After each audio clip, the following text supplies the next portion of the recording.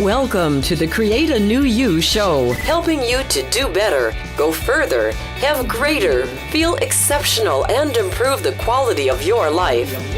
Here is your host. I am the Sharonda.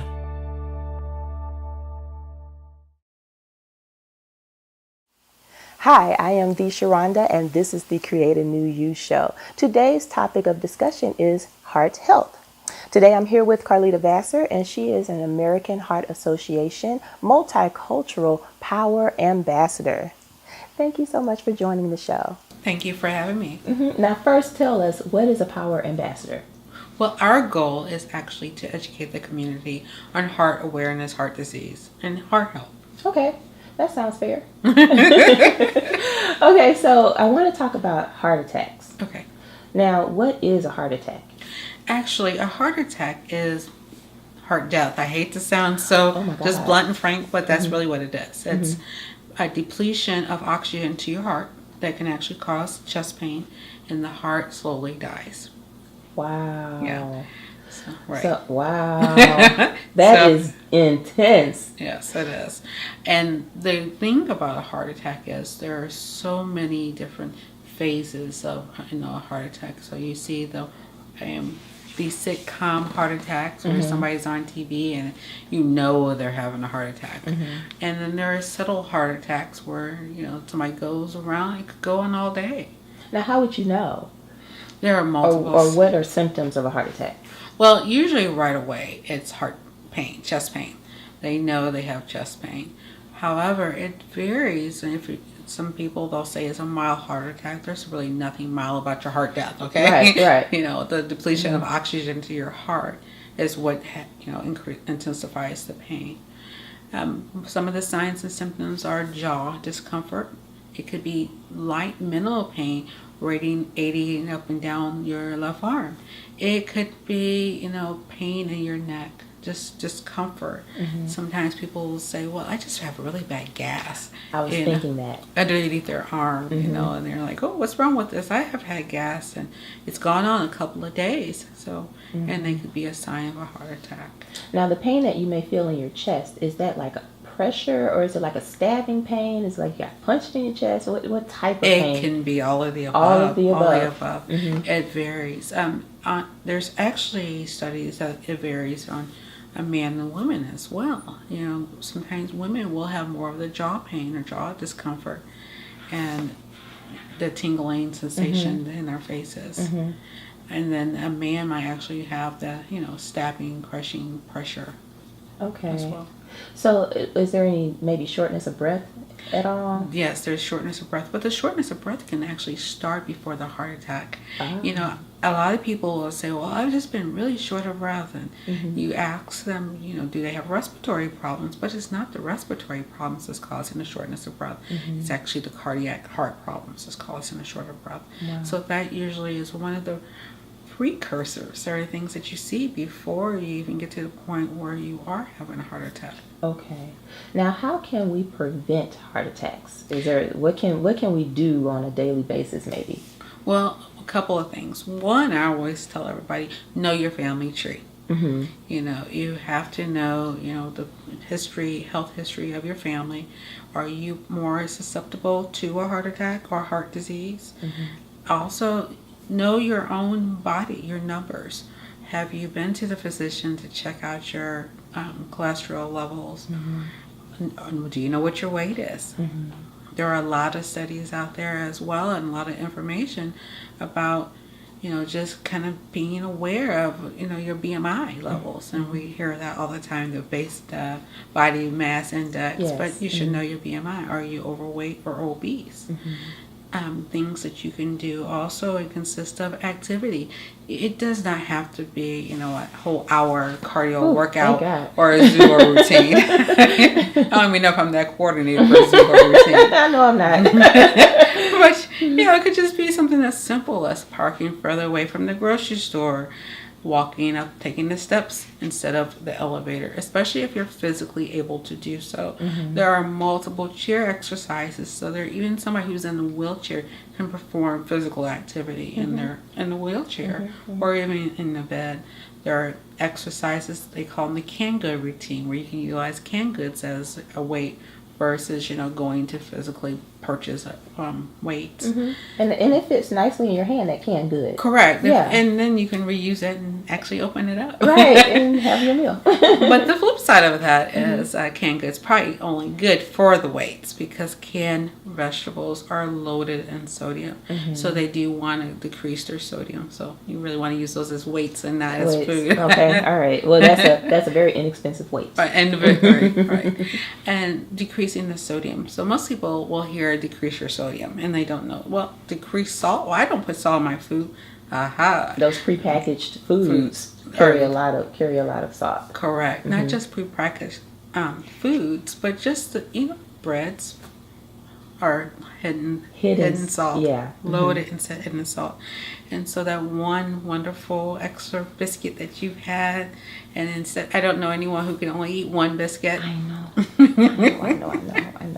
know, but we're going to do better. And then adding butter. So a lot of the things, soy sauce, tomato paste, and like you were saying, the prepackaged foods. I tell everyone that wonderful section in the grocery store that has all the hot dogs and lunch meat. Don't go that way.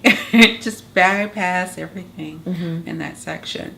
Pork is actually one of the foods that's high in salt as well.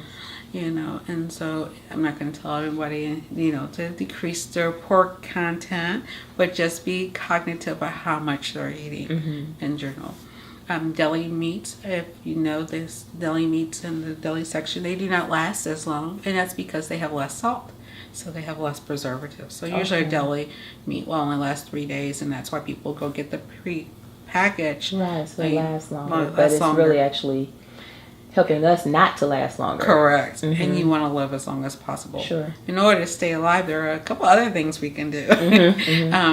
You can have a family phone tree, where you're communicating and making each other accountable. Are you doing something this week to prolong your life? Meaning, did you modify your diet by cutting back on the salt and not utilizing a salt shaker? You can actually talk to each other about, are you taking your blood pressure medications if you are aware of your blood pressure? So there's multiple different things that you can do as an individual or collectively as a family. I would say it's easier when you have somebody to kind of cheer you on. Because that's holding your friends and family accountable. Correct. And it's also holding yourself accountable too. Because I can't ask you a question that I'm not doing. Yeah, leading by example is something we had talked about once before, and within at-home care, and it's an easier said than done task because you want to preach health and heart awareness and just physical fitness, but time sometimes becomes a very big factor. Sure. And so just start baby steps in the morning when you get up, walk up and down the steps a couple of times, making sure that you are setting your doctor's appointments up, or even if it's not for yourself, that you're setting your doctor's appointments up for your family members to make sure that they're following up on their own cardiac awareness. Very good. So I know that if someone is having a heart attack, you would want to do CPR on them.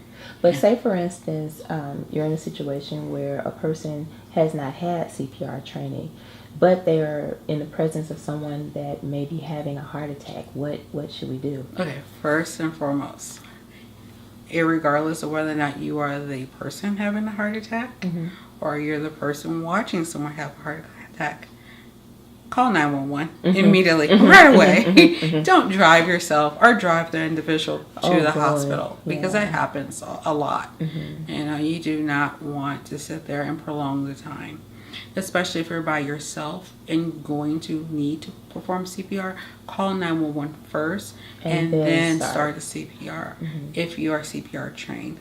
There are multiple classes around the community that are free. There are techniques now where you're no longer doing, A lot of the chest compressions sometimes now it's all about, well, you're not doing a lot of the breathing. It's all about the compressions. Okay, because I know some people are concerned about the mouth-to-mouth situation. Yeah. Yes. And one of the things that, I hear all the time, and there's a person who does the CPR class about the CPR. There is nothing you can do to that person when they're having a heart attack. They're already dead. So just go for it. Just go for it. You can't make it worse. You cannot make it worse. That makes sense. That makes a whole lot of sense. Okay, so we know what a heart attack is. We know how to help prevent the heart attack. We know what we should do in case someone around us is having a heart attack. So do you have anything else that you want to add? I sure do. At Home Care has been a proud supporter of the American Heart Association, and we are big advocates on health awareness, not just heart awareness, but health awareness. And an individual, if they ever have any questions, they can always reach out to myself, one of the Power Ambassadors, or any of them in the community. We are constantly in the community promoting heart awareness. The African American community is not the only ones that are victims of heart attacks. So we have changed the verbiage over the years from the African American initiative to multicultural initiative. So there has been many years where we only thought that, we live in our bubble and live in our box, that mostly African Americans, correct, are having heart attacks. But a lot of other cultures are just predisposed to our eating habits as because it's really kind of an American issue. Correct. Okay, so if someone wants more information about heart health, or maybe to get a CPR class going or something like that, can they contact you? They sure can. They can call me directly or call the office 314-739-2100, and that's for At Home Care. They can also go to the American Heart Association website and look for the St. Louis chapter. And they can also go to our website, which is www.athomecarestlouis.com. It's stlewis.com. And they can always feel free to email us if they need to at info@sign and the name of the business athomecarestlewis.com. Awesome. Well, thank you so much for being on the show. Thank you for having me. So this has been the Create a New You show, and we've been talking about heart health. And be proactive rather than reactive about your heart health, because we don't want you to have a heart attack. So as always, I want you to do better, have greater, go further, feel exceptional, and improve the quality of your life. I am B. Sharonda. Thank you so much for watching.